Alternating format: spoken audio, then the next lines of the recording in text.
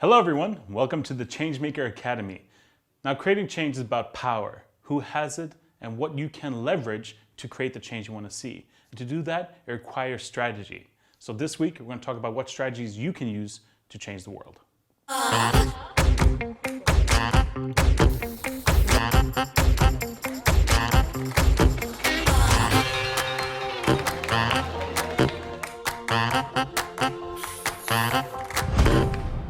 My name is Carl Andreasen, and this is week 3 of our ongoing series on campaign strategy.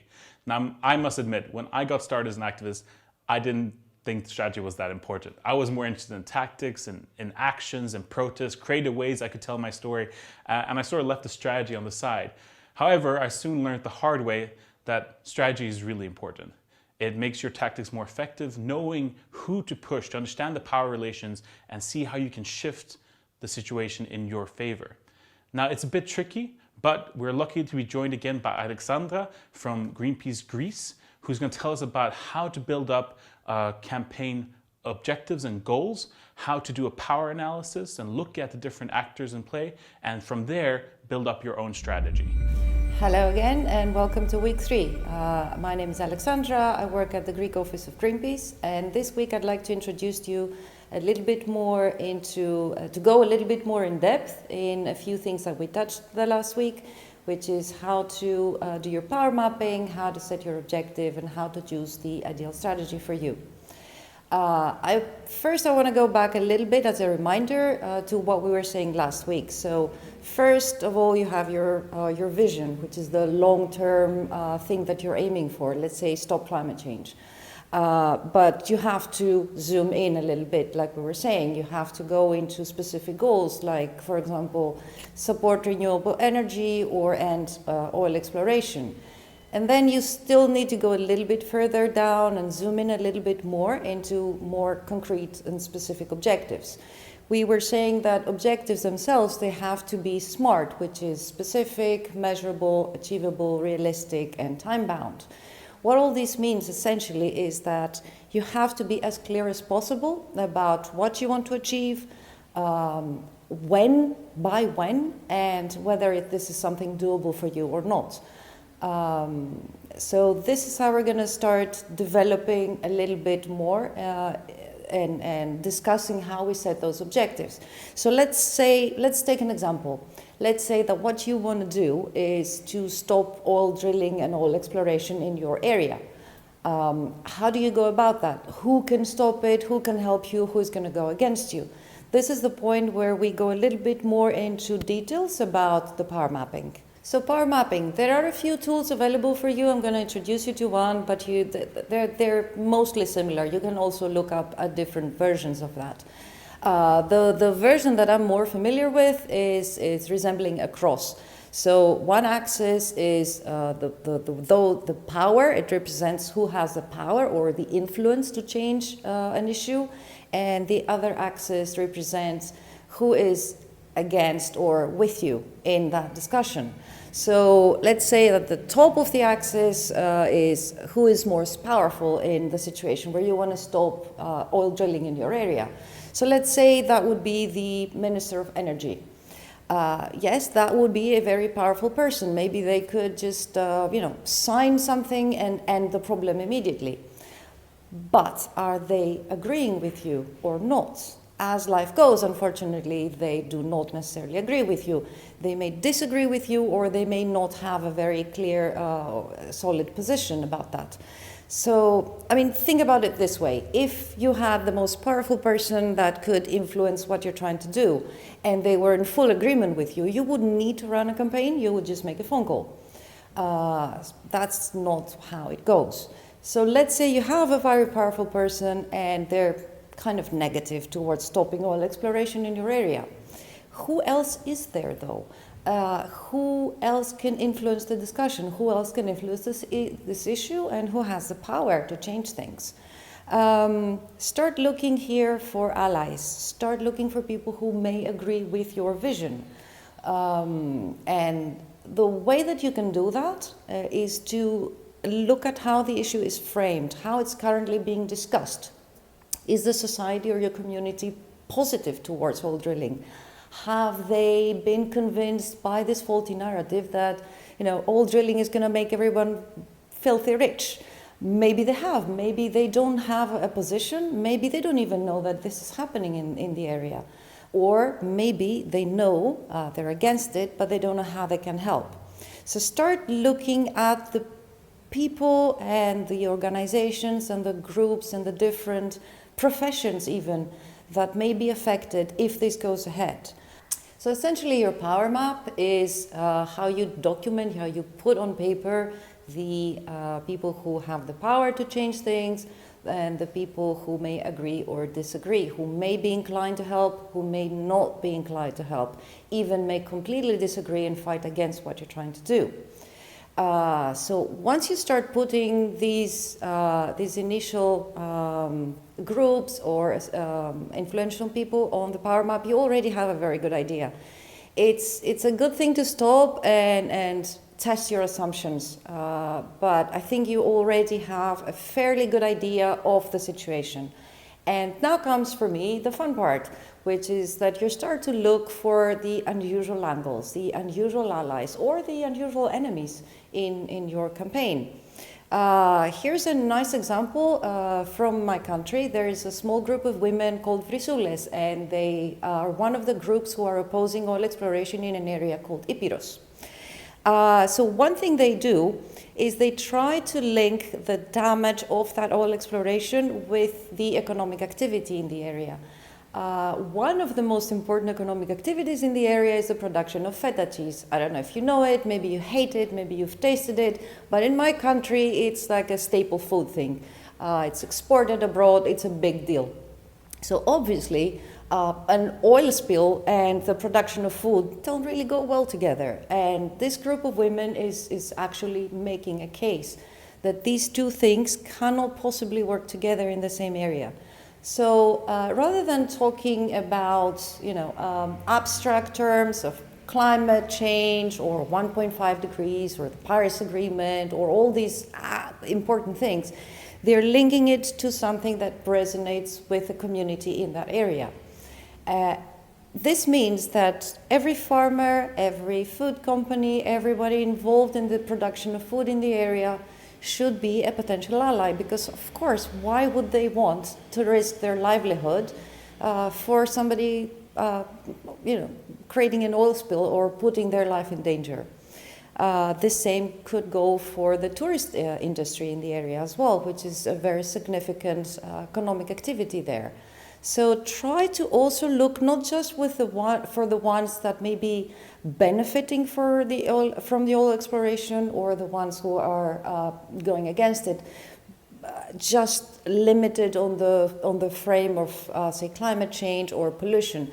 Go even deeper. Go into the situation where you're examining different parts of your society, of your community, different groups of people, where you can also place them somewhere. If they haven't taken a position yet, which may well be the case, one thing that you can do is start a dialogue or start an investigation even to see where they stand before you properly place them on your power map. But if all goes well, then you will be able to achieve alliances with not the usual ones, not the usual suspects, let's say. And that creates a much stronger basis for your strategy and for your objectives. So, other than the usual suspect, look for those who may be interested or be able to play a role in this situation. They may not always be the allies or the people that you need to empower to take a stand. They may also be the people or the groups who are going against you. And here's the important thing. I'm going to introduce the term communication now. There's an entire different section here in this course about communication itself. But the way I'm linking it already is because there is no campaign without proper communication and without understanding how the narrative is taking place out there in order for you to hack it, essentially. So for those who are against you, for those who want the oil exploration to happen, who are they? What are they benefiting from? What is the story that they're selling? Very much what are the lies that they're selling to the community? And this is where you need to inject your own narrative. And you need to be able to do that in an engaging way for the community to take part in this. Not just anger confrontation, but in a way that what you're proposing, what your message is, what your vision is something that involves others. It resonates with them much more than it resonates with those who want to go ahead with the damage of your area. Let's look at an example in your power map of a potential ally that may be very low on the power scale, may not be powerful at all. Sometimes campaigners make the mistakes to ignore those players. Here's where I want to discuss about the possibility of not ignoring them, but actually raising their profile and raising the awareness about them. Let's take again the example of oil exploration in Epirus. There are many, many villages there, many people who have lived for generations depending on the production of food. These people, they're seeing heavy machinery, they're seeing people drilling on their ground, they don't like what's happening, they're afraid, but they're voiceless. Nobody listens to them. The media is not going to go there and interview them. Nobody knows how they feel about this. And even though they feel that this is a significant threat to the way that they live, to their professions, to their lives, to their livelihoods and their families, they seem voiceless and powerless. Here's what you can do. You can inject yourself in that. And for example, you can go and visit those places, visit those villages, take videos, take testimonies, speak to them, and then publish that in a way that these people would not know how to do. For example, elderly people are not very familiar with internet. They don't know how to use social media, but hopefully you do. And then you can take the story from them, which is a very, very powerful story that's going to probably traverse across the country and not just stay in the area. You can take their story and help them say it to a larger audience, to an audience that should be listening to them and is currently ignoring them. The example I just gave is very representative of how non-powerful allies can actually bring forward the most powerful stories, the most powerful narratives.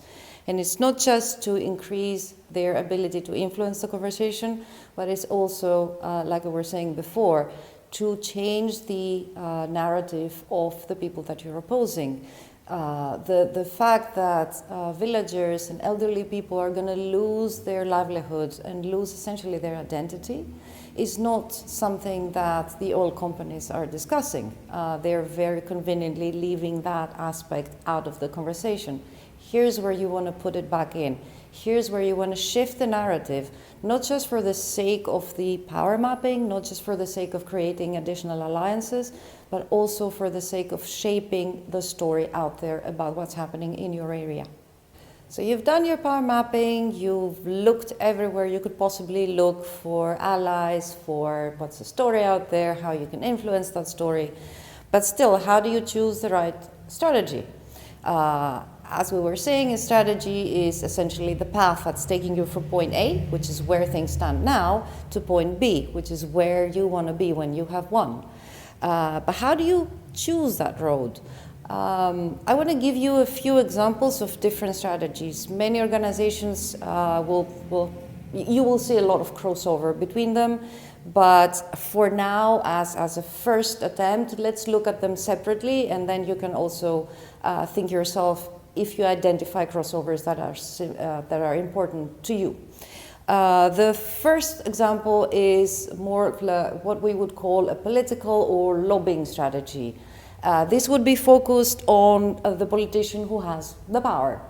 But how would you do that? You would do that either through protests, or you would do that by mobilizing the community. There are also positive ways to do that. Here's an example,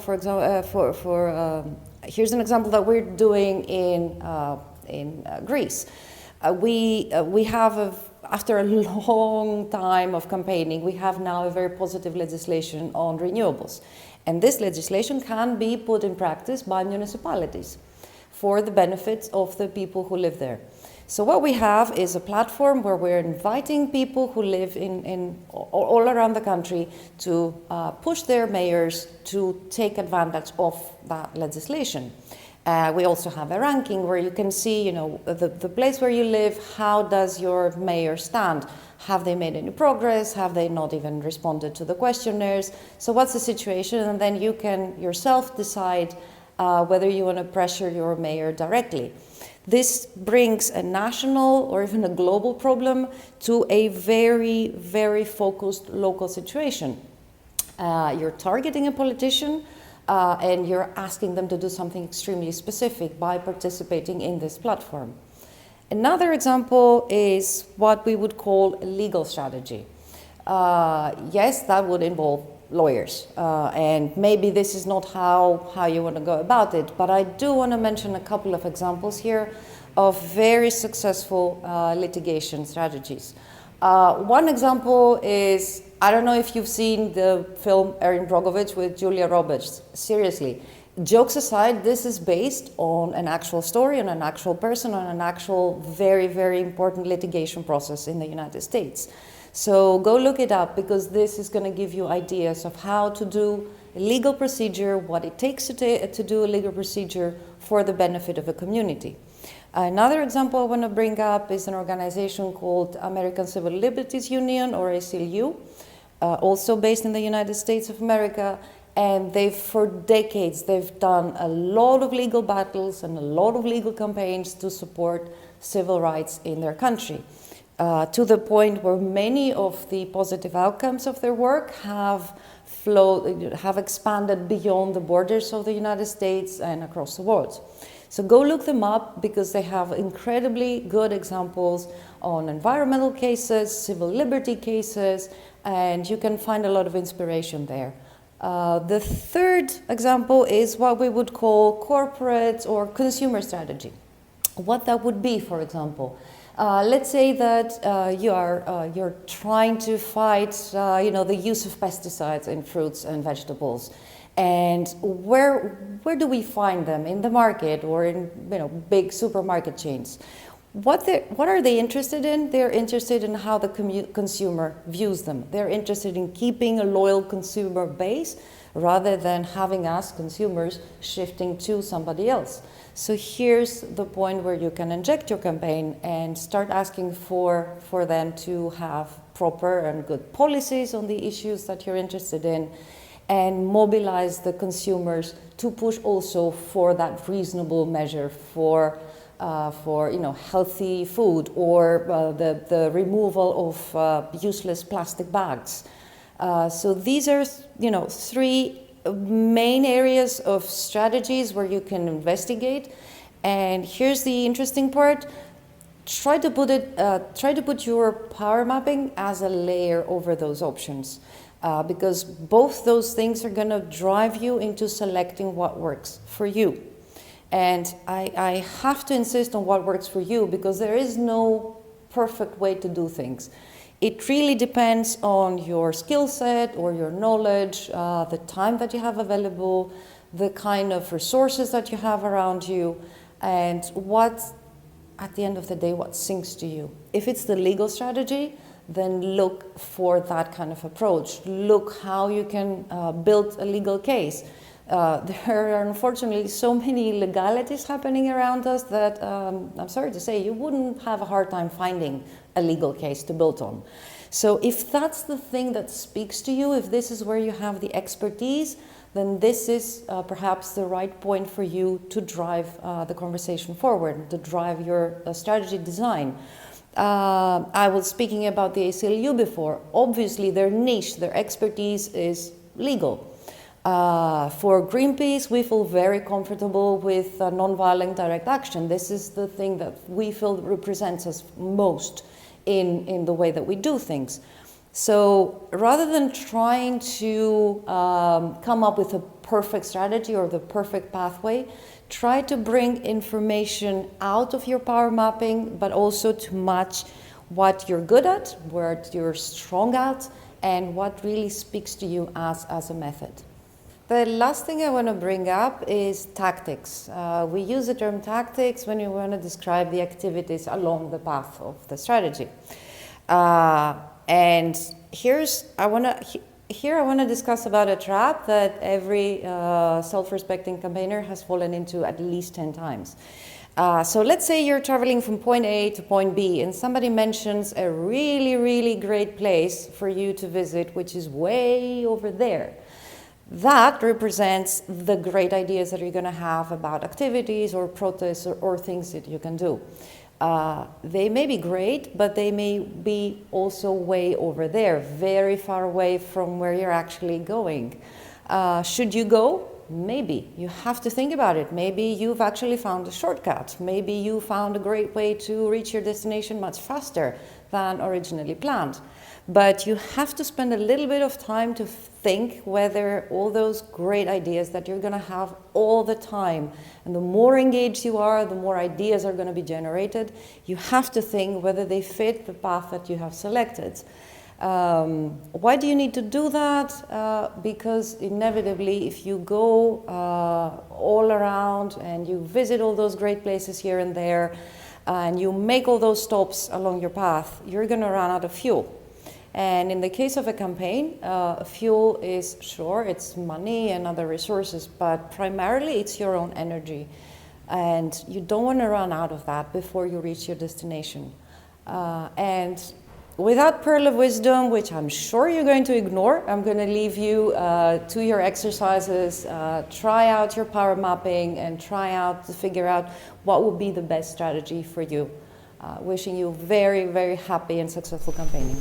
Thank you for watching week 3 of the Changemaker Academy's ongoing series on building campaign strategy. If you want to delve deeper into any of the topics we talked about, please check out the links in the description below. But we really want to hear from you.